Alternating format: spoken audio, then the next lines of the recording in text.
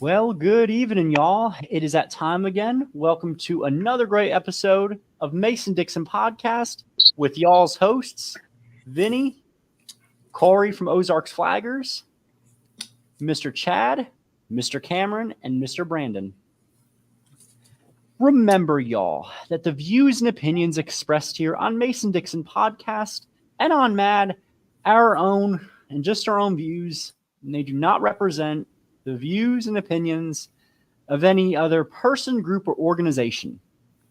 Remember that stars help us put up statues, so for those that would like to donate stars, that is a wonderful and viable option to keep getting memorials up. Please give this video a like and share this video. We are going live to our YouTube as well as X. All right, y'all. So we had quite a bit of fun stuff happen in the last few weeks. I know my North Carolina friends, Brandon and Cameron, can tell y'all more about that. So tell us how the parade went for y'all. Yeah, I think it went very well, very successful. We had, I think, one of the biggest groups in the history of the parade so far for the SCV in general. We had our reenactors lead the way. And then we had the reenactors. Then we had our camp, the Fame Preservation Group, Tara Flaggers. And then we had our friend Josh with the tractor, and that was a pretty cool addition. And then we had Metcalf right behind them, and I'll say that was a big group. Like Metcalf by themselves. Oh, and then there was other people behind them. They had like one of the slingshot cars as well, and there's some other ones back there, flatbed truck and everything. That was pretty cool. So all kinds of cool stuff. Big group, and the support was outstanding. People loved it. Didn't really hear any boos, maybe like one or two in the, when you're dealing with thousands and you get one or two, I think that's pretty good, and Brandon can attest to that as well. Yeah, there's a few people the look on their face was kind of like, why are y'all here? But they didn't show any disrespect or anything like that. So maybe they're teetering the line. Yeah. Yeah, it was really good. A lot of fun. Very hot day. I got really bad sunburn. I don't know if Brandon did it or not, but Nah, I'm part Italian. I don't burn, bro. That's right. You just get darker like I do. That's it. Yeah, got sunburnt. It was a great day. Had a lot of fun. Got to see a lot of people. So good day to celebrate Secession Day, for our colonies. That's what we kept yelling to everybody. Happy Secession Day. So, yeah, people, I don't know if they looked at us funny, but I don't care, Yeah, you can tell some of them, the wheels were turning. As soon as you said it, they were kind of like, oh, wait, that does make sense. Yeah. So, yeah. Well, it's kind of funny because when you say secession, 4th of July is secession. People are always like, what? And they don't get the overlap. And I remember going to one of the public forums on, Delaware's memorial in defense of the monument, talking very calmly to this one lady who was a little perturbed that we were there in defense of it. And I said, well, it's the same values, the Confederacy as the colonies. The idea of having, statesmanship and state independence and upholding those same virtues. I said, you see it for the Betsy Ross compared to the First National. Same value, same principle there. And I also added in, I said, but you also know why the flags changed to include the battle flag, like the Second National and Third National. It's because that First National looked too much like the federal flag, especially if it wasn't flying in the wind. Yes, it did. It caused a lot of confusion in the early part of the war, especially, and I bet particularly at first Bull Run. Yeah. We got some of our regulars on here, like Mr. Derek from England. He is our awesome Confederate buddy who is out there fighting a good fight in England, flagging graves out there, and just doing a lot of great things for the cause, which I really appreciate. Because I know that, England, especially, like most of the UK, is getting hit hard with the cancel culture and all that. And, I like that, every little bit that we fight back is wonderful. And Mr. Derek is really leading the charge, and he's getting his grandbabies involved with the heritage and his children. That's just wonderful. Yep. Yeah, England just had their elections this year, and Parliament elections. Yep. Yes, I saw that. And from what it looks like, the Tories might be out of power. Yeah. If I'm correct with what's going on. France is having their elections too. France. Yeah, France did too. They Yes. did. Yeah. They dissolved both. That's kind of interesting too. France and England both dissolved their parliaments, basically starting all the way over. And I could see them for, I don't know, they can't really do that here in the U.S. But could you imagine if they tried something like that, and like Biden just up there, I dissolved the parliament. I don't know how he would do it, but I could see him doing it. And he had his speech thing tonight too. I don't know if you saw it. That was, I started to, but I had to come inside. it was, he called Trump his vice president. Go to Twitter, and it's all over it. I keep up with Twitter on there, like the hashtags and everything, the trending. Oh my gosh. Oh, and here's another thing. He had a NATO conference thing today as well. Need to get out of NATO. I'm just gonna say that. But he literally called the president of Ukraine Putin. Yes, he did. That was I was like, wow, Zelensky was standing right beside him nonetheless. Yeah. I'm sure it was like a face slap to him, but and, we laugh about it because it's funny, but it's absolutely horrible that this guy's up on that pedestal. Yeah. He's supposed to be leading the nation. It's disgusting. Yes. Just really sad. Yeah, well, at least some good things happened in the UK. Nigel Farage won his parliament. And Miss Cheryl Stonewall, great to see you. And how did Gettysburg go, Miss Cheryl? And by the way, y'all, if anybody is in Gettysburg and would love a wonderful ghost tour with a lot of history, because it covers just some really neat history, some older, some current events, Miss Cheryl does an amazing ghost tour. And I had the privilege and honor to be a part of that tour, and it was fantastic. And I hope to go again on the full tour when I'm back in Gettysburg in November for Remembrance Day. Oh, wow. So that is... I'm actually going up there next week. I'm going Thursday to Saturday, Gettysburg and Sharpsburg and all that. So be pretty cool. And then I think they're stopping in Lexington as well. So that'll be awesome to get stopped there. I mean, I've been there how many times, but it's always a good place to go to. I enjoy it there. So much to see there. And I know, it's interesting because I was chatting on a previous call the other night, and it was about Gettysburg and how some of these battlefields, Gettysburg is doing better because I know some of the fields went a little woke. Gettysburg, it's like a hit or a miss, depends on who you have for your tour guide and all that, and who's going to be doing it. I know, like, thankfully, me personally never had an issue on Confederate Avenue wearing my kepi. I don't wear the full uniform like sometimes I do, but I haven't in the last few years. Go out there, I flag all the things, always very positive, never an issue. You might get one or two college kids that are, too cowardly to have a conversation. They'll just go by and shout an obscenity or give you the one middle finger salute. And I just smile, wave, and say, bless your heart. So I got to do. Yeah. All right. So speaking of your parade, because I remember that was Mr. Derek's reply to the Tories party. Speaking about the parade, what happened with that one woke librarian? I heard something about she was, not too happy. She was handing out books. Yeah, so she's running for county commissioner here in my county. I'm trying to think of how to go about this. So anyway, I think I mentioned this on the last live stream I was on, how, I was in the Young Republicans and everything.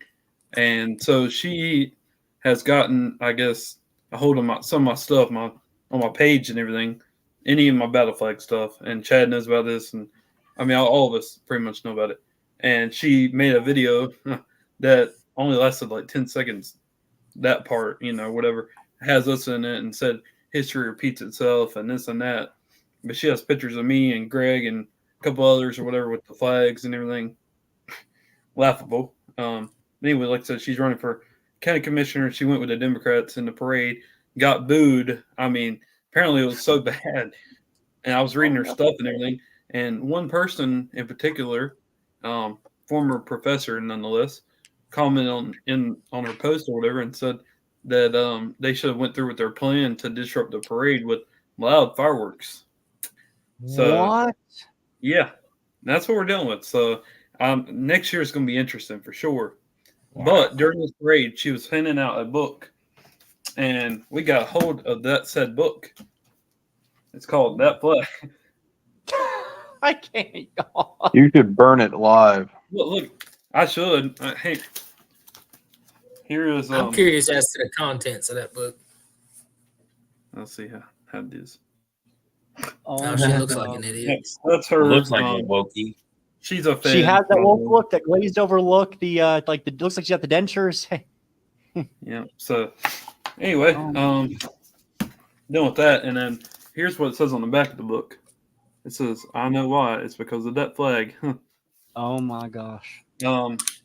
We can kind of go over some of it's by Tamika, I guess how you say it, Brown. I'll let you read her name up there. Cameron, can I ask you, is she only giving away that book? Is she selling that book? With my background in elected politics and kind of positioning candidates in the voter marketplace, if you will, that could be considered a contribution in kind.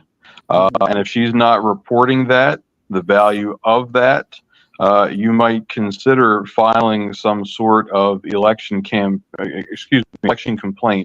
either with the county or the state, because that clearly is being used. Because you showed me was that a bookmark? It's being used to campaign. So she might have shot herself in the foot by distributing those so publicly.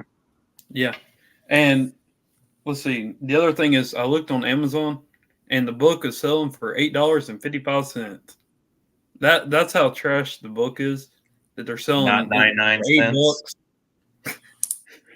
I'm just laughing my tail off about it. It's just It'd have been funny if it was selling for $18.61. Oh, that's what they should have went with. Oh, that'd have been perfect. Yeah, right. Well, it probably wouldn't even sell for that. Let's be completely honest. Oh my gosh. Let's see. And let me guess, that's a good the whole idea, content of the book is probably like woke, not even history. It's woke ideology and just like some kind of, these quote, and I use this term loosely, historians, but they're really activists. Yeah.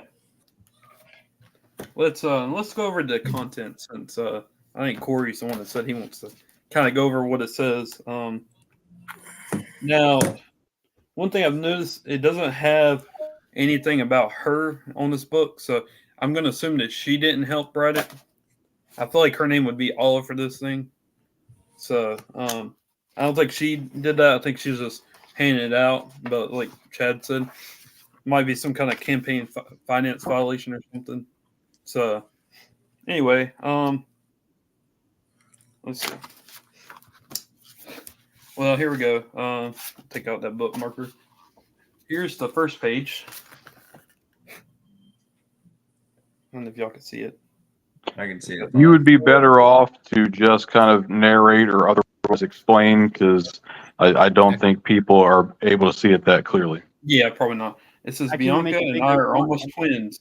We're the same in so many ways. We both wear our hair in braids. We spend independent reading time together. We play Foursquare better than anyone in our class. We're inseparable. She's my best friend. Oh, here we go. Here, let's go ahead and show you this. I'm gonna make you bigger. There's a flag. Well, I'm just showing you that part. There's a flag on there. Let's see. Hold on, I'm gonna make it bigger so you can hold the book up.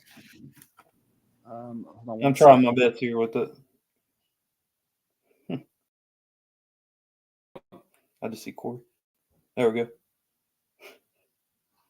And my camera's quality is bad on this computer. But anyway, it says, but only at school, I'm not allowed to go to her house, even though we live on the same street. Kira, my mom says, whenever I go outside, please stay where I can see you. Then she shoots a look that means don't go anywhere near their yard. I know why. It's because of that flag. Mom and Dad says it's a hate flag, a symbol of violence and oppression. I don't even want to read any more of this. This is so... It's indoctrination is what it is. Yeah. So basically, what's going on here? This is just... They use, and this is what's really funny, because we have all this propaganda in, at the college level. when they talk about microaggressions, this right here is a microaggression against the South. It's one of those things against our heritage.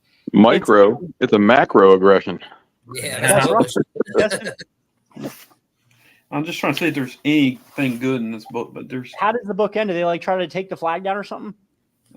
After walking around for a while, we see a red, white, and blue sign, stars and bars. Dad takes my hand. This is something we need to see. Let's see, it's this page.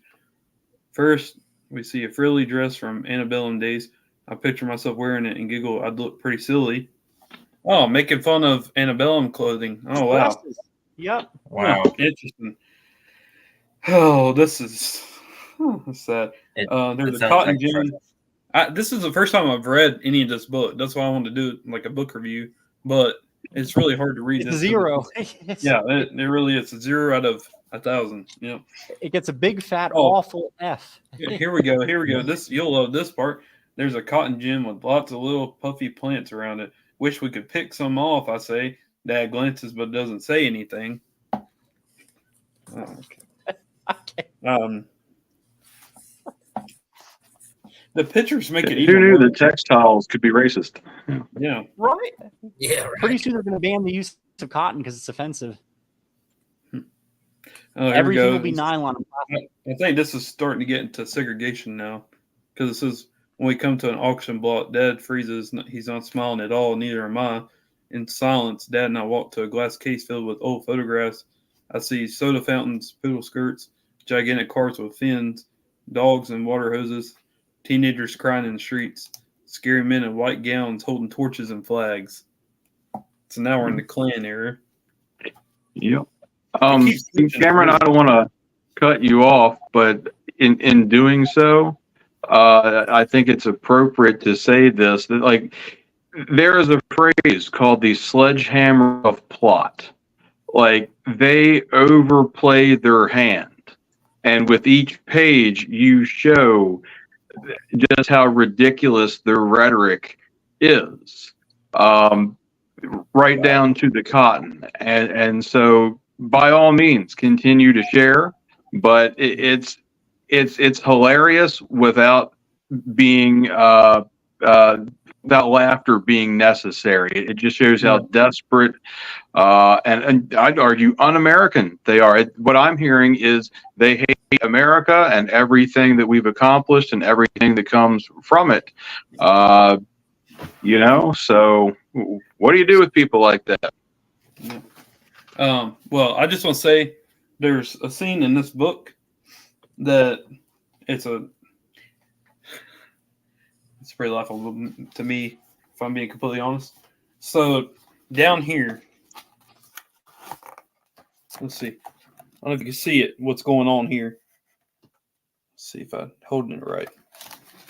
So right over here where my hand is, it shows a person, like it's more like a silhouette than anything, of a person whipping a slave, essentially is what they're trying to get at, holding a battle flag. Oh my gosh. Yep. So clearly you can tell they never even picked up a history book nor actually learned history at all. I can't. No. Y'all. It sounds like they probably either A, slept through history class or had a ball coach as a history teacher who lazied about and with a syllabus and just turned on They have to ignore common sense too. My granddaddy explained this to me when I was real young. He said, "Son," he said, "you know that tractor I bought last week?" I said, "Yes, sir." He said, "Now what would I look like going over there, ripping hydraulic hoses out, popping tires, and destroying it and lighting it on fire?" I said, "It wouldn't be no good. It couldn't do its job."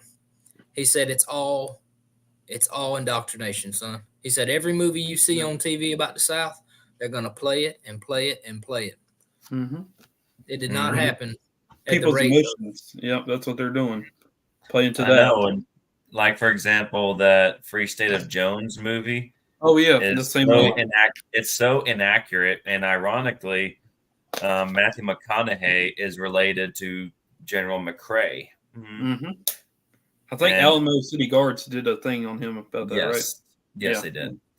And they really massaged Newton out as a hero in this movie, a man who deserts the Confederate Army to form and his town secedes from the Confederacy.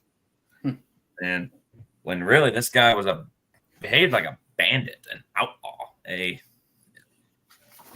thug, essentially. Oh, here we go. This is sad. So it gets on here. It says, back on the bus, Dad and I sit up front behind the driver. I stare out the window, remembering those pictures and that flag, my best friend's flag. Later that night, my family and I talked for a long time. They tell me things they'd never told me about before. About the scary things my grandpa saw when he was just a kid. About grandma being spat on for trying to go to school. About mom and dad getting called bad names and chased by people in a truck. About the Freedom Riders. About Selma. About the Charleston 9. We talk about things black people have to do every day to stay safe. After our talk, I feel scared, confused, and mad, but mostly I'm sad. Yeah, books like that cheapen the work of people who dealt with actual racism and enacted necessary positive change. But it was suggested a couple of minutes ago that these people may not have ever paid attention in the history classroom. Oh, they did. They paid attention to the wrong professors. I would like to suggest, for example, that you got to know David Blight. That name has to ring a bell. David Blight, in terms of modern day Civil War history. I mean, I would throw things at the TV while watching him speak. I'm like, that's not true. That's a lie. It is propaganda. It's indoctrination. And it takes people like us, no matter the forum, to correct the record. But I have to be quite frank. We are not the mainstream media. And they have a narrative, and they are going to toe the line on that. And so I basically say it every time I'm on here. We have to consciously and actively pick and choose our spots to assert the truth. Not the truth as we understand it, but the truth, hard stop, end of sentence. Wow. Without a doubt. And I would love to even have Mr. H.K. Edgerton, who was somebody who went through all that stuff, who dealt with actual racism, and he doesn't have anything against the heritage and flag because he knows that it is not about our flags or heritage. Whatever happened in the 50s, he dealt with it. He came out and he fought against it. Today's quote unquote activists have no idea what the truth is. And for those that are not aware of who Mr. Edgerton is, this is my favorite photo of him. He is a fighter. And if he read that book, I can just imagine the stuff that he would say. He would be exploding over it. He'd be demanding to talk to the author. I want to have a phone call with the author. Oh, yeah. So I could imagine him just sitting them down and I don't know if HK would browbeat this person, but I know he would definitely sit him down and set him straight. Yeah, he certainly turned his head and spit him some facts. Oh, that's right. Yeah. Oh, yes, he does. So something else in this book, towards the end of the book, because you wanted to know how it ends and everything. It says, coming home, we see a new house flying that flag. It makes my heart hurt. So I look away. We pass Bianca's house. They've taken theirs down. I can't stop staring. Wonder why they did. As the late bell rings the next morning at school, Bianca passes me a note, quote unquote, "You were right." She said, I haven't spoken to Bianca for days. No sharing books or playing Foursquare at recess. But now that flag is gone from our house, so maybe things can be different. Maybe we can be friends after all. I don't know. I'm interjecting right. I'm willing to see. So, psychologist, can you just imagine, y'all, what kind of relationship it would be like if everything is conditional on what the person wants? Cameron, I don't like your hair the way it is. You got to get it cut. Change something about you. Or could you imagine if I said, I don't know, Brandon, I really don't like your interior design. Can you just get rid of that cabinet? It's just, no, it's not sustainable. I want you to get a more eco-friendly cabinet. I want you to get some solar panels for your house because I don't feel comfortable being over your house because it's bad for the environment. Or, oh, Corey, I don't like your beard. Can you shave it? I don't feel comfortable hanging around you. It just offends me. What kind of friend is somebody who's going to have conditions for them to hang out with you? Because what they're doing in this book is they're using false narratives, and it's taking the person saying, oh my gosh, I'm so offended, I'm so hurt. In order for me to be your friend, you can't be who you are. You can't honor your heritage. You can't honor your legacy. You can't support American history, because then I'll never be friends with you. Yeah. And the author put a note down here, and it says, I wrote this story to tell you the truth about the Confederate flag, about where it came from and how it's been used throughout our country's history. I want to help readers understand why it's not merely a symbol of Southern heritage, but an emblem that makes many people feel angry and fear, and for good reason. I believe in telling kids the truth, even about things that are sad or a little bit scary. I'm not sure when I was first told to stay away from people who flew or wore the Confederate flag, but I'm sure it was by someone who loved me and cared about my safety. What they didn't tell me was why those people could be a danger to me, and that left me confused. It wasn't until I was an adult that I learned how often the Confederate flag has been used by white supremacists in our country. White supremacists believe white people are better than black people and other groups, and they believe white people should control our society. I wrote this book because I believe white supremacy is wrong, and that celebrating the symbols associated with it, like Confederate flags and statues, is wrong too. If human beings can learn to be racist, we can also learn not to be. In fact, your generation could grow up to be the fairest, most inclusive generation our nation has ever seen, especially if we adults do our part and tell you more truths about more things.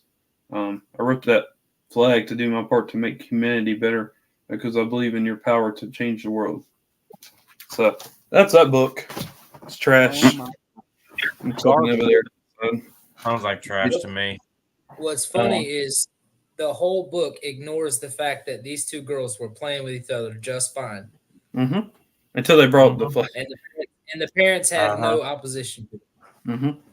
So it's not even written with common sense. Good. I was hoping you were going to bring that up. Take a look at this, y'all, because I got two comments that historically. There's a church I want y'all to Google, and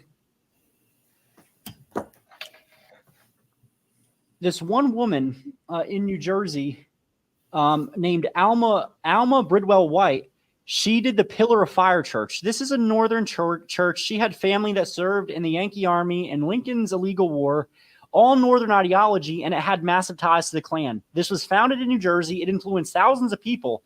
This church openly welcomed this hate group. They had churches all over the North, all over the West Coast and California. Huge, huge. They did a huge thing on this church, and they said that the church is now, quote, sorry for the past, and it had a virtue signal saying that people of all walks of life, Black, Asian, Hispanic, are members of the Pillar of Fire Church. What? Like, look at this too, y'all. All federal flags, the same flag that the GOP pledges allegiance to, that says that, oh, us Republicans can't fly a battle flag because it's offensive, but they're happy to fly the USA flag without acknowledging all of this, quote, dark history that happened under the USA flag. It really makes you wonder, y'all. How come, people have just been ignoring this? And, I love it now how people are saying, oh, well, the USA flag makes you uncomfortable. The federal flag makes you uncomfortable. Oh, interesting. So just now they're catching on. And I like how Republicans are going, no, we can't change that flag. Well, you were good enough taking our battle flag down. So if it's good for one, it's good for all, y'all. Yeah. Ours is one of the only countries in the world that, and I'm choosing my words carefully here, that weaponizes the national flag. I mean, we do a saturation bombing of the American flag all over the country. You go to literally any other Western country, anywhere in Europe, and you might occasionally see the national flag every now and then. But I mean, you can drown the American flag in any random small town. And so I'd ask yourselves, just a rhetorical question, is there a microaggression or macroaggression there? is there some type of, I don't want to say brainwashing, but is there a manual? Is there an implicit or even explicit reason? Dating back to, let's say Grand Army of the Republic. It's literally waving the bloody flag.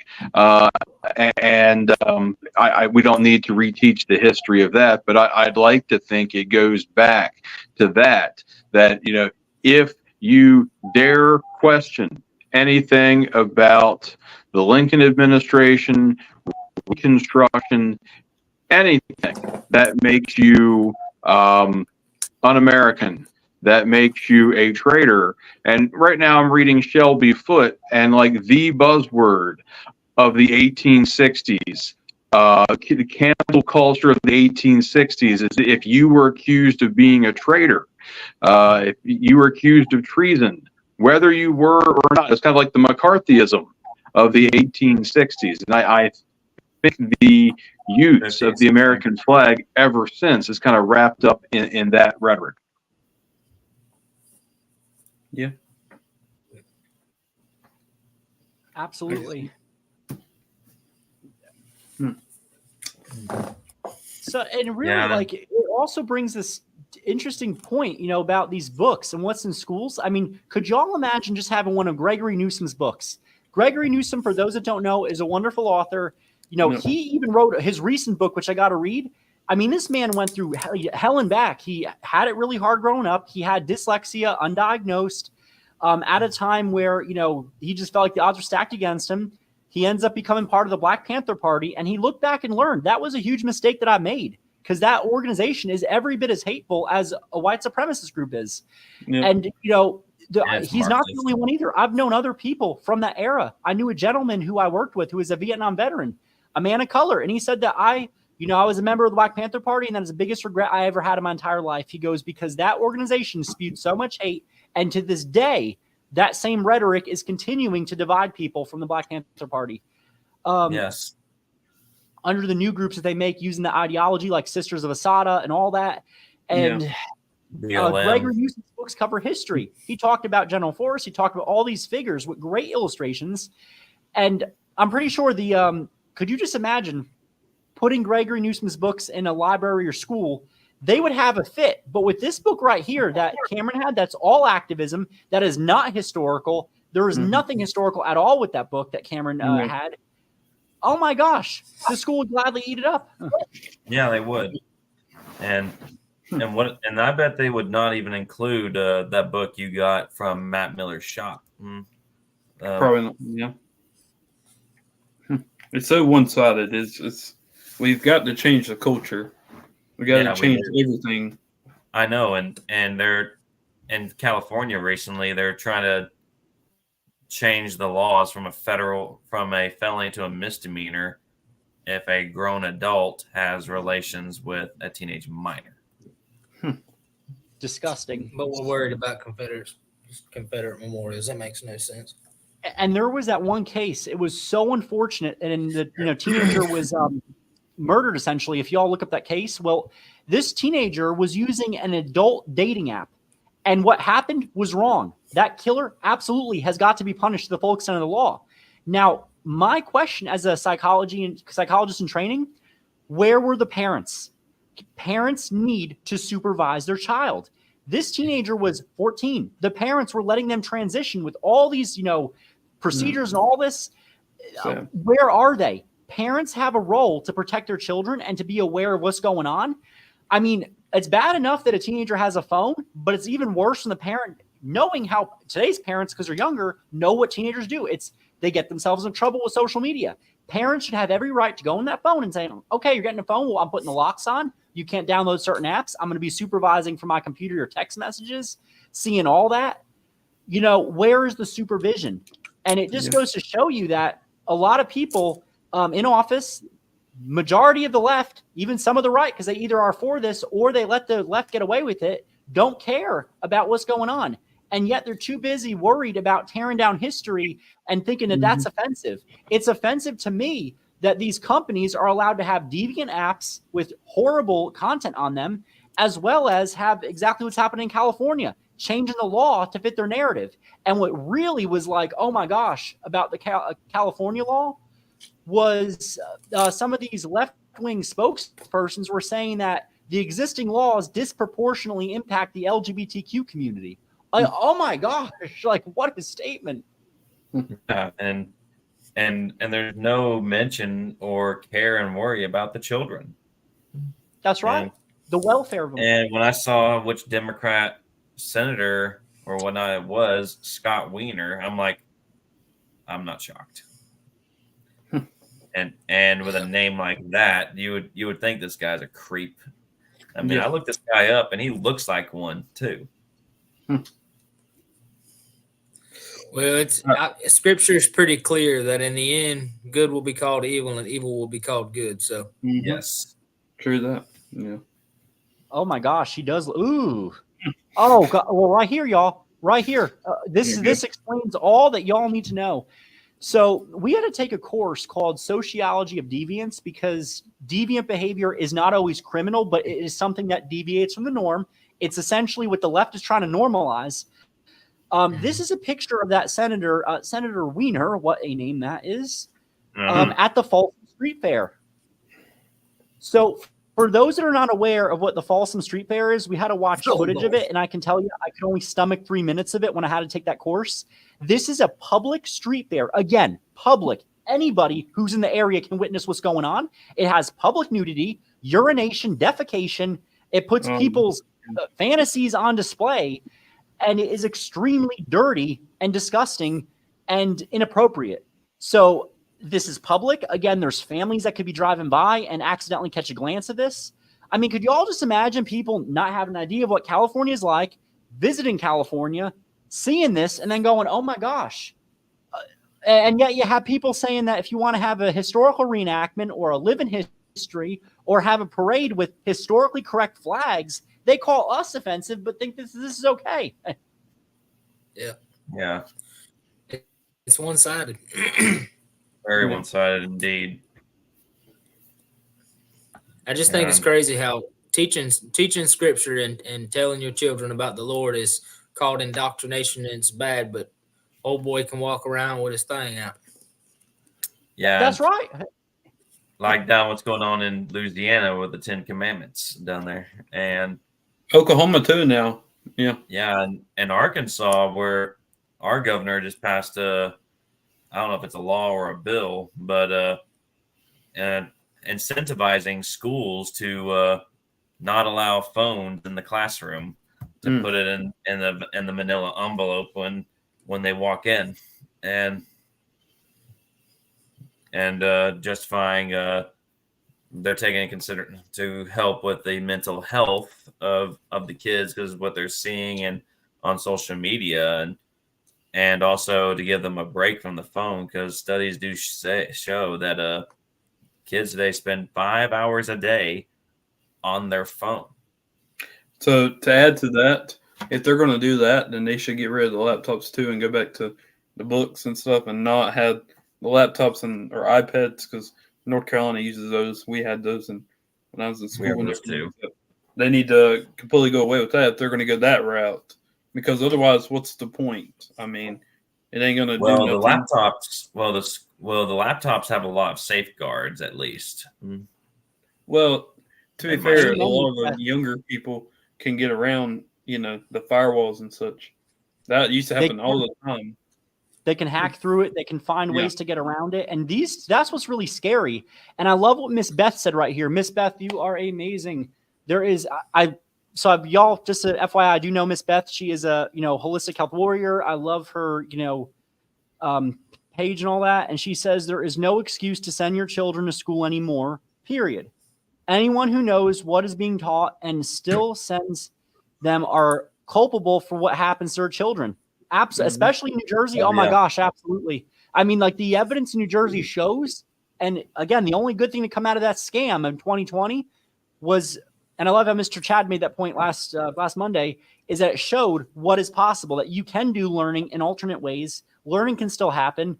I have a family member who for lost 3 years of high school and still fared really well and is doing fantastic in college, even going to graduate early. And they say because it was all from getting like stuff done from the homeschooling, able to really catch ahead on things they were deficient in. Mm-hmm. Yeah, we pulled my 11-year-old out because he was way behind, and we figured out that it's just because they make them sit there for a whole bunch of hours. What I started doing was I started teaching them math doing drywall. I started teaching them about circumference doing plumbing and all that, and he thrives in that environment. That's good. Hands on. Yeah. So, schools are not. There's always schools are not catered to young boys at all. I mean, young boys. Let's be real. Sitting down is going to drive us nuts usually, especially for hours, and doping them full of ADHD medicine just to make them docile. It doesn't help anything. All it does is make them glassy eyed and spacey. And I mean, being medicated like that teaches them, it numbs them up. It doesn't teach them how to process emotions. No, they're going to get mad. They're going to get upset. They're going to have depression, but you have to go through those things in order to learn how to deal with it. Yeah.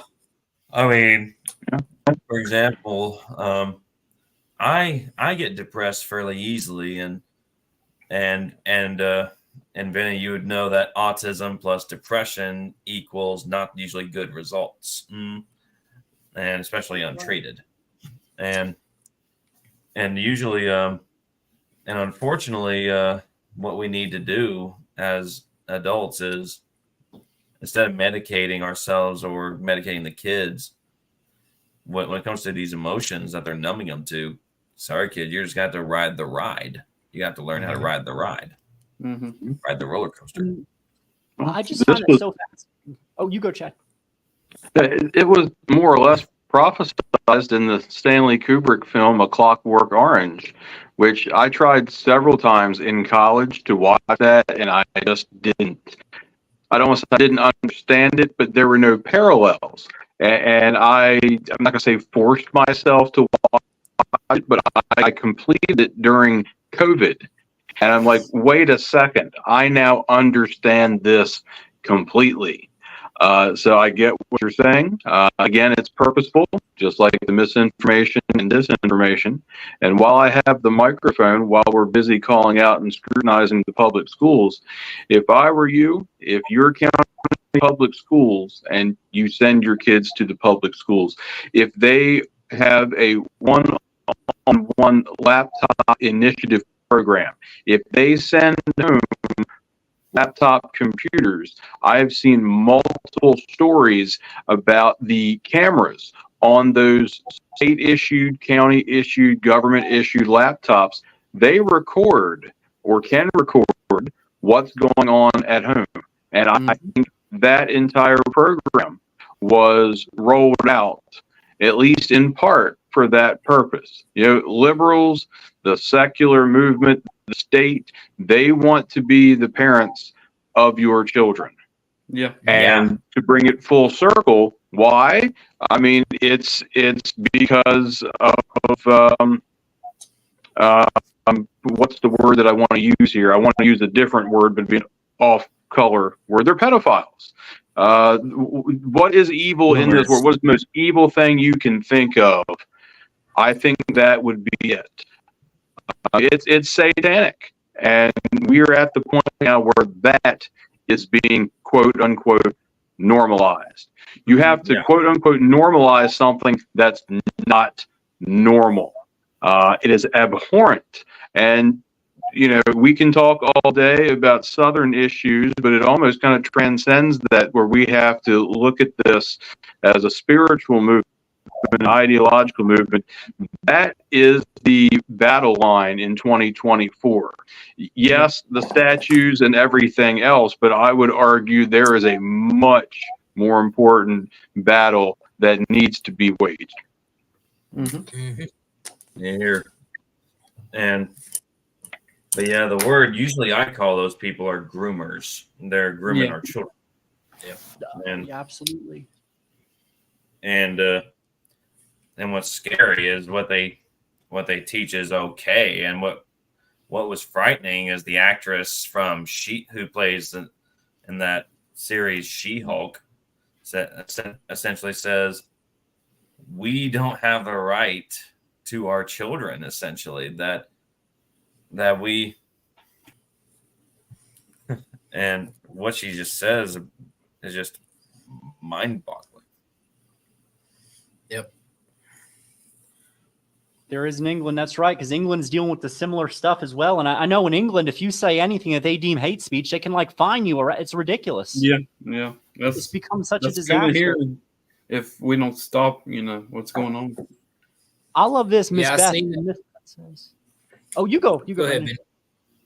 I was since we were talking about England, I've been watching a lot of videos in Britain and all, and they're facing the same issue with the English flag. If you have one, you're deemed a racist. It's absolutely insane. Mr. Derrick even mentioned that where he says, I have no problem in the flying the Confederate flag in England, but the St. George flag here has become a no-no. Yep. And right here, Beth says the education system is not designed to develop human brains.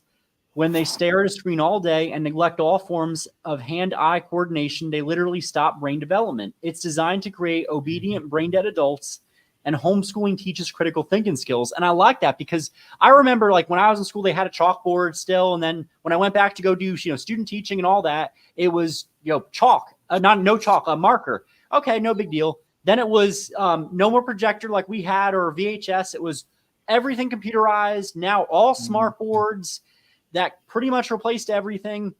And, I don't want to put you on the spot, Corey, but like as a psychologist, when I looked at like, how would you do educational interventions? Because you are on the spectrum, right? Yes, I have autism. So growing up in the education system, do you think that today's learning environment that's all technology would have made it engaging for you, or would that have made it like more difficult? It would have been mixed for me. I love books, honestly,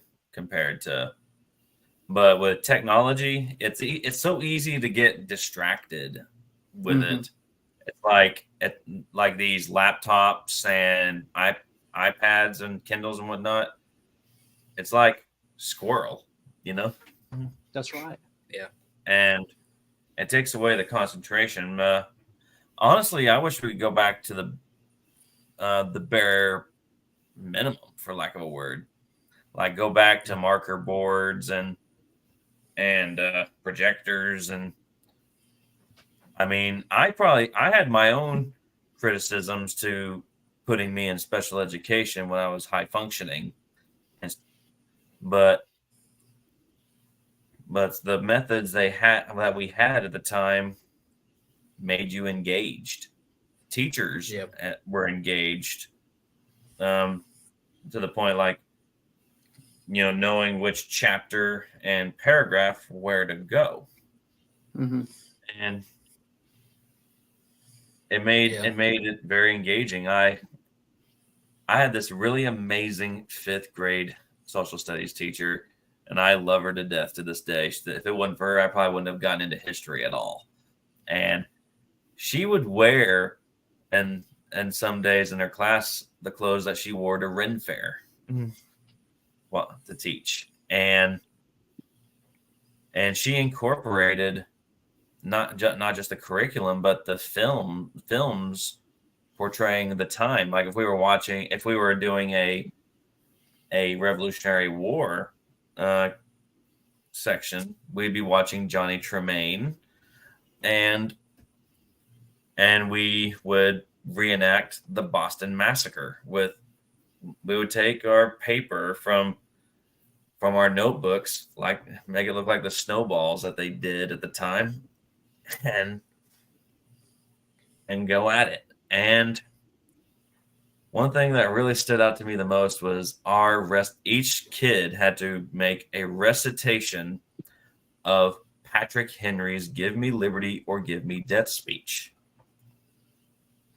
And God bless her, if there was ever an award if there was ever an award for most patriotic class, it probably would have been ours. Her two sons were serving in the military out in the Middle East, and every time we start class, I had a gavel in my hand. Bang, bang, attention and salute. And we said the Pledge of Allegiance. Yeah. And I always And think with school, when you look at how the method was there and how they engage the students, because that was always the tricky part. Is I know that me going through the K through 12, they tried to kind of make things a little bit more standardized versus letting the teachers have a little bit more leeway, and kind of design the program how they saw was best to get the needs met. And I like the point that you mentioned, Corey. So interjecting on there, where you mentioned about your attitudes. You were aware about, you didn't like the special ed. You wanted to kind of do the average course. We had quite an interesting system, at least in the district that I grew up in, where students that may have benefited from the small group special ed often didn't get that. So, for example, we had students that they had not profound, not high functioning. They were kind of in the middle, disruptive behaviors. They were not given one-on-one special ed. They were put in the regular classroom as a way to mainstream. And what happened was they would have two aides trying to control the behavior of one student, where somebody with ADHD, instead of having standard with support, was not given standard with support. They were given small group special ed. And a lot of them said it didn't help. It actually harmed, because they weren't able to like get up to par when it came to high school or, even for college. And just the system at how they had it was ridiculous. The parents had almost no say. They wouldn't even tell the parents their rights or how they can do placement and how you could advocate for that. And I'll never forget having a wonderful history teacher, Mrs. Cleary, she was wonderful, really big on memorials, and she taught world history really well and all that. I remember that at one point the behaviors were so bad from one of the students that the teacher, she was a type A personality and very could be militant at times, but was fun. She was fun, good, dry sense of humor. She had to call the principal, and the principal couldn't even do anything at times. And this went on the entire time, where she would spend 20 minutes of the entire class trying to calm one student down. But students that wanted the regular standard history class, but they had ADHD or they had something else, weren't able to get that. Yep. Wow. That's what happens when you try a one-size-fits-all approach. That's right. why I think it's best that parents teach their children. They know they know their children's personality. They know how they learn best. That's just better than throwing 15 children in front of a stranger. Now, every now and then, like we said, you find a gold mine of a teacher, and they should be praised for that. But as far as a better model goes, I definitely think parents should be teaching their children. If not parents, somebody in the family who is tied to them. Like, for example, me, I'm trying to get my teaching license, and I could, but if I wanted to, I could homeschool my own children if I had any. I could. And just like in our last session, Mindy said one of the best things you can do to teach your kids is take them to a reenactment, take them to a living history. Yep. And especially young men and boys, we thrive on audio and visual, as well as reading from a book. It's history come alive. We can associate what was said in a book, and we see it. Yeah. That's right. And I do believe that there's multiple types of intelligence, and this has been the huge problem. I subscribe to an idea, Gardner's theory, where there's, some people are more logistical, others are more hands-on. And it does not mean that you have to teach the one, I think it's eight types. You don't have to teach all 8 ways, but you can do several activities, options in education. And I loved having to do a seminar where I learned how, as a professor, as an educator, can I integrate options in education? And it was the idea that I can do for one of the week's topics. Some of them could choose to write a paper, 2-3 pages. If they're more, writing and all that, some of them can go out, visit a museum, do a little write-up on that, or do a slideshow. Others could do a guided discussion. So 3 options, kind of hitting on most of the different types, because some people have multiple. I learned by doing hands-on. I can learn through a book, and I like audio and video. I am not the best at math. If you tell me to do something math, I'm going to be like, oh, no, I'm lost. I can do it to a point. And I'm lost too. I don't do math either. anything history related, I can do anything Oh, yeah. history. Yeah. The liberals have gotten a hold of Gardner's theory of multiple intelligences. The original list was 7. There's now 10. In full disclosure, I've been a teacher since 2000, but the last 3 that they added on were environmentally skilled, spiritually skilled, and get this, sexually skilled. Like your dominant character trait is, and you can define it any way you want. I suppose marketing or exploiting your sexual identity. So I stopped talking about Gardner's theory of multiple intelligences when it got woke. I still plan my lesson plans for a diversity of skills to work on students' strengths and weaknesses. But I mean, seriously, find literally any aspect of culture today where the liberals, the groomers, and they're basically the same people, where they have not infiltrated. That church in Salisbury, North Carolina, I'm going to it. I'll drive 8 hours, even though I don't live there anymore, just to sit in there. It's my own little oasis from the rest of the world, and I hope that the rest of you farther south have something very similar. But we're at the end of days, people. There's no getting around it. Try as we might, we can do our best to reform it. But I think what we're doing is standing up. We're basically telling God this is what we stand for. If others hear it, great. Our role as Christians are to be evangelicals, spread the word.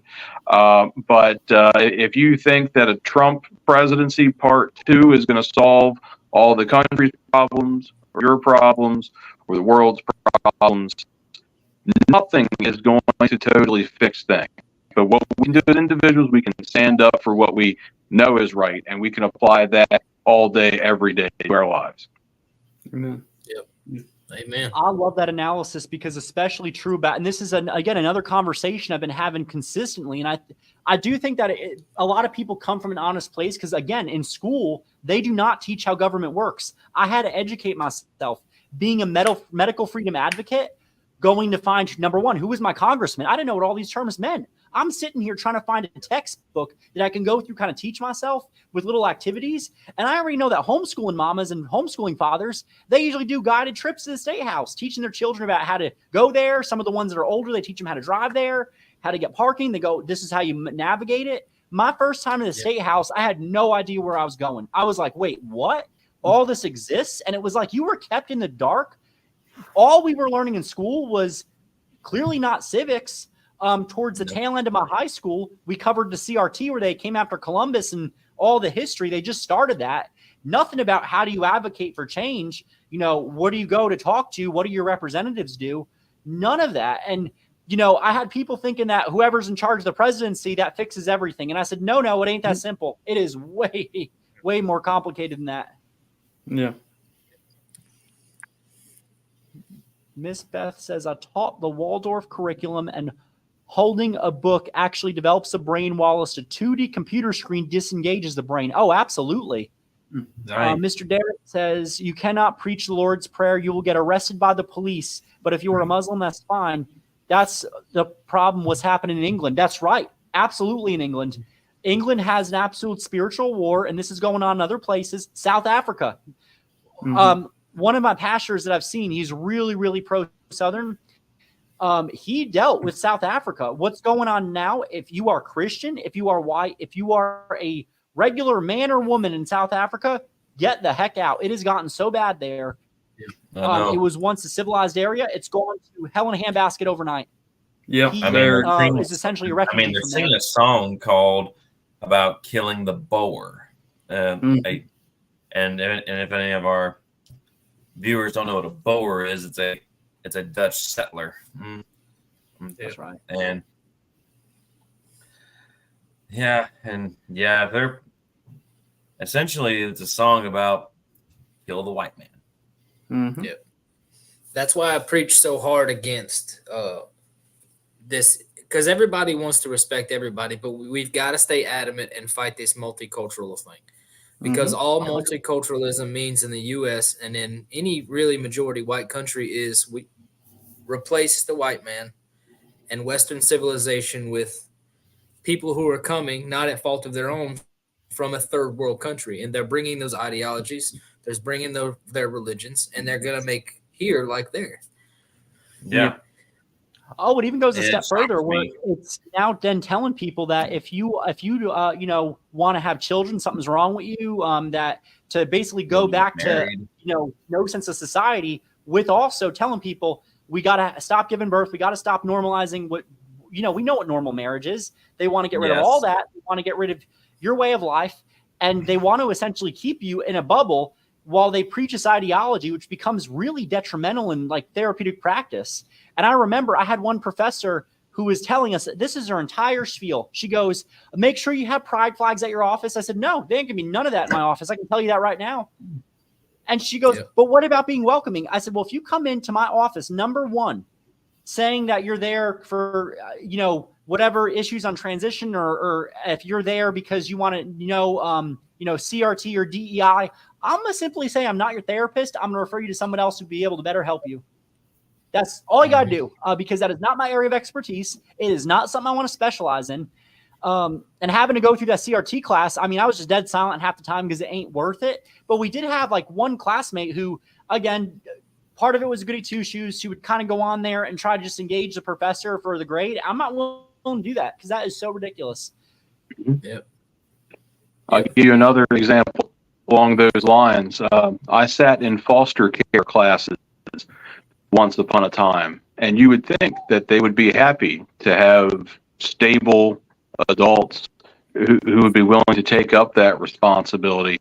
They spent one whole 3-hour class period talking about exactly that, being welcoming and justifying that lifestyle. And I made it very, very clear. I'm like, look, if I'm bringing a kid into my home, they are going to be raised with conservative Christian values.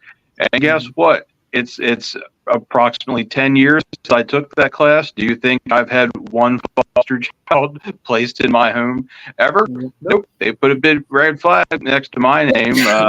I will never be able to do that, even though there are very few people willing and able. But that's how far that ideology, that philosophy permeates today.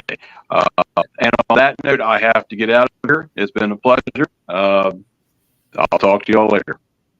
Yes, sir. Thank you so much. Pray for you. Chad. Well, thank you for joining us. Yep. And I know, speaking on that lines too, there was a case, I don't know what became out of it, but New York State, where the family, I don't know if they lost or they were at risk of losing a foster child because they had a Confederate flag painted rock, a battle flag painted rock. I mean, really, y'all, this is how intrusive it's been. And I'll tell you this right now, when it comes to, social services and all that, New York is really bad. New Jersey, decently bad. Other places, depends on the state. But the problem is that, a lot of those workers are social workers, and social work at one point had a different meaning.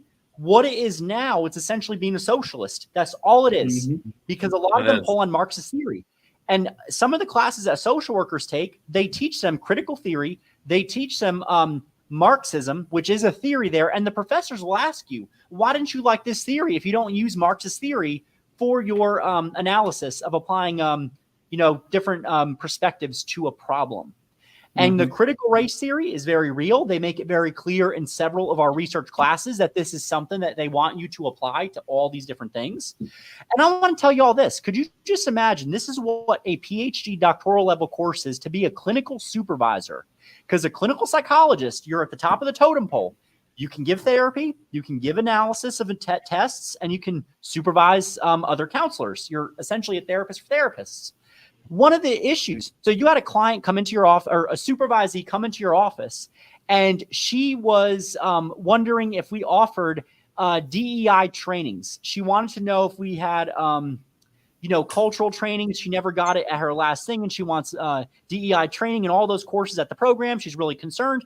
On what planet do you live in that actual people do that? I can tell y'all the big 3 issues that people get supervision. They don't know what tests to do because they never learned it in school. They don't know how to give a therapy session because a lot of these programs now took away the clinical part of it. And the third one is, oh my gosh, they don't know what to do in a problem. They don't know what they should do. They don't want to hurt somebody. They don't know how to handle a dilemma. Those are actual viable supervision issues, because as a supervisor, if I was one, if I had someone come in and go, oh, I don't like the training, I'm not having DEI training, I'm going to look them and say, I think you might be in the wrong field, and I think you might want to do a different course, but I don't think this is the right field for you. Get out of my office. You come into my office because you have a question about a client that's actually meaningful and has purpose, then we can do something. Yeah. But these courses have not prepared anybody for being in the actual clinical field of working with humans, working in psychology. That's the problem. Because I've been interviewing, and when I remember I did one interview, they asked, did I know this assessment? If it wasn't for me on my own, going through my state and taking the local state courses, I would not have known those assessments. My college didn't do it. They didn't delve in deep enough, and that's a huge problem. Yep, I agree. All right. Oh, I love it. Derek said, well, my grandkids took my flag to school on the 4th of July, and the school let them put them up. Now, that was brilliant. That is awesome, Mr. Derek. Oh, wow. Yeah. That's awesome. All right, y'all. So I'm fixing to call it a night because we've been on here for an hour, and it was very oh my gosh, do we got a hater in here? Yeah, we do. PhD level. We got many people here in college, and you know what? I'm going to say something, y'all, as a Master's- PhD student. Masters. Going for my master's, actually. Masters and PhD, but I got to say this, y'all. Going to college does not make you any smarter than somebody who's not gone to college. There are people in trades who actually know a lot more about mathematics than somebody who's a PhD in psychology. And this is where it's interesting, because I can tell you there are professors that do not keep up with the research. They don't read books. They work hard when they're in the school, and that's about it. And I even had a professor that stressed the importance of how only a small percent of clinical psychologists keep up with the work and the research, because he is a forensic psychologist. And when he has to go to the courtroom for a professional who is unethical or a doctor that's unethical, a lot of them do not open an academic journal after they leave the program. And I've had professionals that it was supposed to be a clinical supervision course, not know anything other than CRT, as well as, just promoting this DEI ideology. And that was the whole basis of their course. They didn't even know the book. They didn't know the stuff out of it. So I have learned way more doing the continuing education courses over the actual college PhD program. Yeah, I can speak from experience, man. I'm pretty proficient in Spanish. I taught myself that. I've never been to college. I haven't even graduated high school. I had children at 16 years old, and I've been working ever since. But I like to think that I have some skill and some knowledge. So there's a difference in wisdom and knowledge. Or knowledge and education. I'll say that.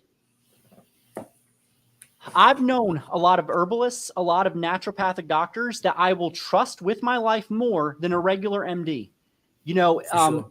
I can tell you that as a Christian, you go into a doctor's office in New Jersey, they are more concerned now about your pronouns and all that nonsense and pushing the pharmaceuticals than actually helping you or finding you achieve wellness, finding a way to help get wellness. My favorite too is when it asks, am I taking any medication or any of that? I say, well, I do some herbal supplements. I do herbal supplements for circulation. I do homeopathic remedies. And then when they say, well, do you want these jabs? I go, no, I'm a Christian. We don't do that. And they want to know more. Oh, what's your religion? I said, well, that's private. I'm Christian. It's against my ideology. He keeps saying that's false to everything. So yeah, and he's not gonna listen. I don't know why he's even still in our chat, because let's have some fun. Let's have some fun with him, though. Yeah, and he asked a question on here. And no, we did not fight to preserve. We did not fight to preserve or expand slavery. That's right. And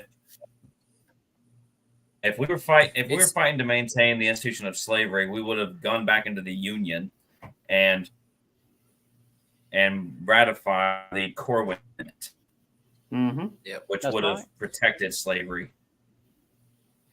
We Yeah. would have also And been yet- flying the federal flag. We would have been flying which is the United States flag. That would have been the flag because there's a really good book.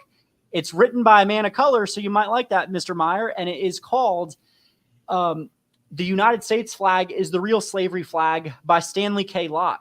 Me personally, I do not fly the federal flag in my house. I do not have it in my home. The only flags I fly is my Confederate national flag and my Confederate battle flag on my flagpole outside, as well as in my room. And what people don't know is, again, a lot of them Yankees, they didn't care about slavery at all. Heck, a lot of them Yankees were for segregation. We had the Illinois and Indiana Black Codes, which were existent before the war between the states. They were used as a way to promote segregation, and it was all up north.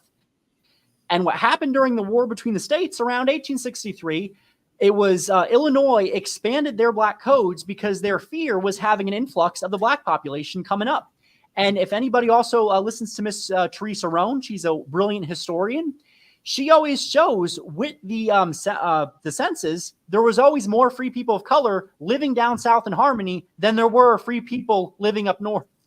New Jersey didn't even free their Especially in slaves until Louisiana. 1866. Yeah, especially in Louisiana. There were more freedmen in Louisiana and New Orleans than there were slaves. And on top of that, and you say to read the secession. Well, look, y'all. And you say read the secession commissioners. My state did not. I've read my state's secession documents, and we do not specify slavery at all. Mm-hmm.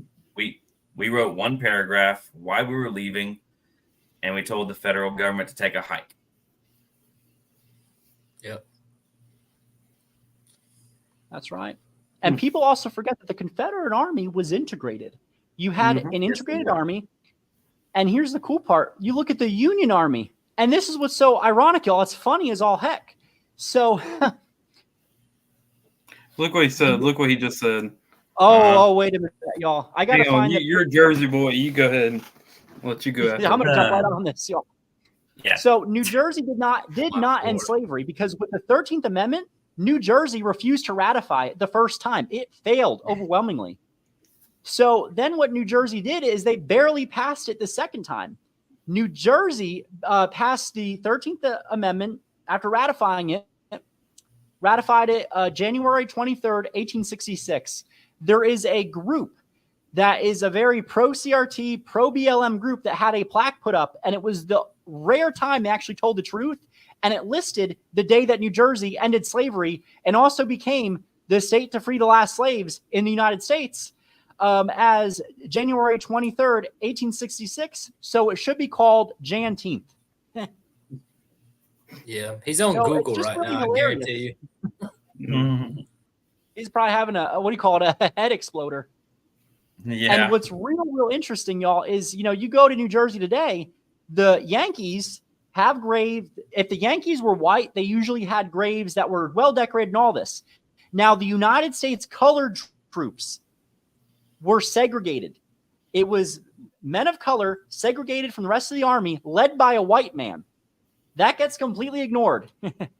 And a lot of their graves in New Jersey are either mass graves or they're unmarked. And you have groups like, Sons of Union Veterans. They don't care to look them up, because if you look at the history of that group, the GAR, or the Grand Army of the Republic, tended to not allow U.S. colored troops at their encampments. Now, you look at groups like the United Confederate Veterans, the UCV, or the SCV, the Sons of Confederate Veterans.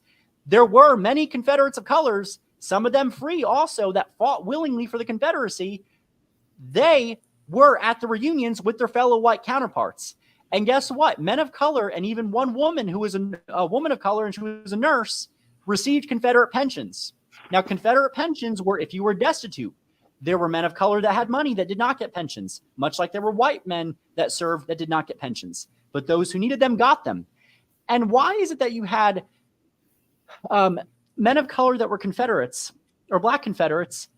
Their counterparts had to verify that they did indeed serve in the Confederate Army to get their pension. That happened. Okay. Pull up a few. There's quite a few. Yeah, I sent you some photos, Vinny. Pull a couple of them up. Okay. What about sharpshooter? What's his name? Seems up in mine. I think he's from Paul Texas. Collier. Yeah. Collier. Mm-hmm. And he was best friends with Teddy Roosevelt later on. He's his guide and hunting partner. Mm-hmm. Servant pensions. Good God. Bless your heart, dude. Yeah, that's. He said holy. It's just really, but it shows that, and you know, it's funny. This is a good example, this little troll that we got right there, that you could have a degree in history and not know how to think critically. You could have a degree in psychology with a license and still do a lot of harm and not know how to give therapy. You could have a master's in education and not know how to teach. Yep. And in my case, you can be a very smart Corey or a troll of Corey we got right here. I was about to say that, but you beat me to it. Oh, I love the one of Stan Wadey. Yeah. Yes. Oh yeah. Hey, let's go ahead and talk about that too. Which side had Native American tribes? Also, let's talk about how the Union Army, including General Sherman, President Grant, and many of the Yankees, would further attack Native Americans essentially as a way of revenge, because Native Americans not only were treated better in the Confederacy, but they fought in the Confederacy because they believed in the Southern cause for The statesmanship. Cherokee Braves were the biggest group. Yeah. That's Yeah, right. and the Choctaws as well. Mm-hmm.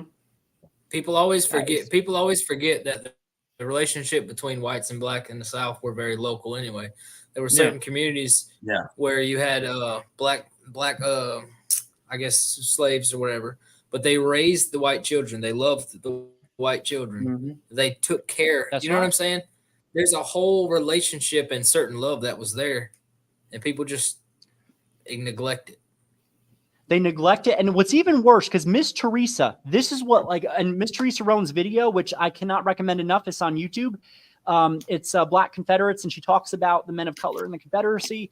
And she has a really good point that you'll have a lot of people, including these historians, that will try to diminish a soldier's service. So you did have slaves in the Confederate Army. You also had free men of color in the Confederate Army. Now, y'all, if anybody knows a veteran or has been in the military themselves, when you have an army is not just all combat. I have two family members that during one of them served in the Cold War when they went overseas. The other one went to, I think it was Afghanistan, and he was not combat. He was supply and demand, and he also did, I think, culinary. Armies need to have people that know how to cook. They need to have people that can stock things, prepare tanks, do all that. Armies need combat and non-combatant roles to function. So here's the other fun part. People that were non-combat in the Confederate armies were paid more than members that were combat. So people that were cooks, people that were, body servants, they got paid. And that's the most ironic thing that people leave out. They try to diminish a soldier's role if they're not combat. And, here's the other thing too, y'all, to mention Kevin Levine, he actually attacked a black woman. He attacked Mrs. Maddie Rice, who was a daughter of the Confederacy. She was a real daughter. Her father was a black Confederate veteran. He attacked her after she died. How despicable of a human being can you be? He also attacked. And I sent you, Vinny, a picture of her daddy as well. That's right. He's the one playing. He's playing the fiddle. And my thing too is this. Even if it was about slavery, which it wasn't, if it was, that's not our goal. That's not what we're pushing for now. So the goal has always been independence for the state level, and it's been the ability to actually self-govern yourself, which we've been fighting a constant battle for. I mean, the Holy War that we're in now, the battle that we're in now is ridiculous. It's Reconstruction 2.0. That was Mrs. Maddie Clyburn Rice's father. And this is a picture of Miss Maddie. And she was always proud of the Confederate flag. She was always proud to wear it. Her UDC insignia pin of a real daughter had the battle flag in it, and she had a memorial put in place to her father. Man, I'd love to hear some stories from that, man. Yeah. Oh, yes. Her father told her stories. So growing up, here's the cool thing with Miss Maddie. she grew up with all the father stories, and she got to meet some of the other Confederate soldiers. Now, she was told her entire life that, as she got older, your father wasn't a Confederate soldier. He would have been ancient. Well, she had him. She was born when he was very old, and that's what happened with some of the real daughters. We lost our last one that we could verify, but there might be one or two. But right here, look what he's saying. He's Miss just a troll. He ain't gonna listen. Yeah, he's on here saying these stories are the worst form of history. And that's why I'm not sharing his comment. I am not giving him satisfaction. Yeah, That's Miss Maddie with her daughters, the Confederacy insignia. She was always proud to forward them colors.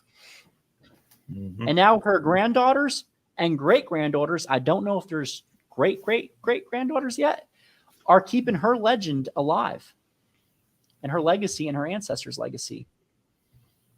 That's another good photo that I like.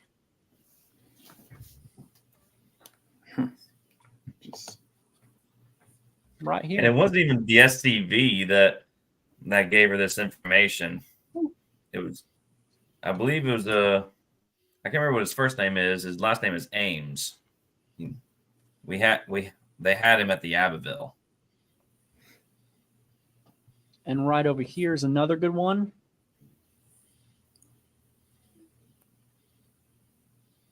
Yeah, that's Daniel Clayton Winsett. He's from Arkansas. And he rode with Joe Shelby and Marmaduke. And from what I read about him, he was also the camp bugler. He's probably teaching that boy how to play it. Yeah, that's a Boy Scout. There's also a picture of two Boy Scouts helping him out of a car. And that's Holt Boyer. Yep. So here you have all these wonderful men, and it's just so interesting that when you show people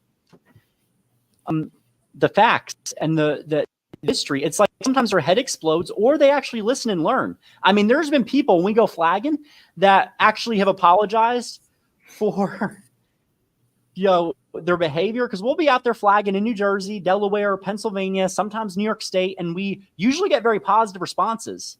Other times we get the one middle finger salute. We've gotten trash thrown at us, but you will have some that will come and talk to us and apologize for how they acted. Mm-hmm. And Al Arnold, oh my gosh, y'all.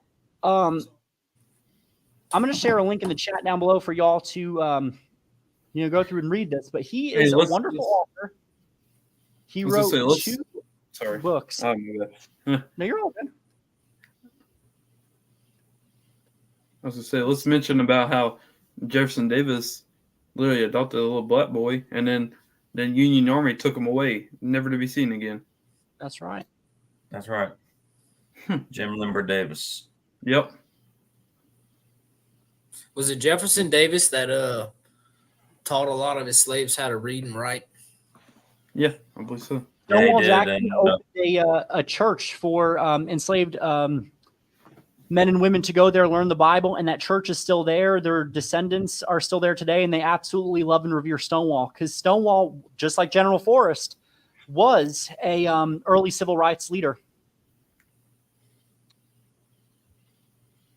Let's see, and I have it somewhere on here. Al Arnold's website. Also, I'm going to share Gregory Newsom's website.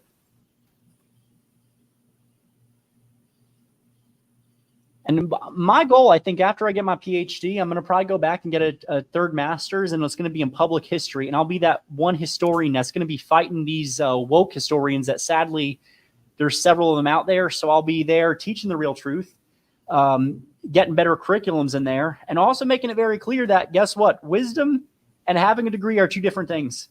You could have a PhD again, y'all, and still be somebody who is not any smarter than a pile of bricks. Mm-hmm. All right, y'all. So I'm going to share the link for Uncle Greg. And I think we're going to be fixing to call it a night because we had such a great episode today. It was great. Good talk. Truly a great episode, a lot of great discussion. And I think that we really are essentially doing the Lord's work to get people interested in history, get them interested in current events, get the truth out there, and do all that. So, with that being said, y'all stay Southern. God bless Dixie. Y'all stay Southern. Forward the colors. Get them flags out there. And Deo Vindice, y'all. And stay unreconstructed. Amen, Mr. Derek.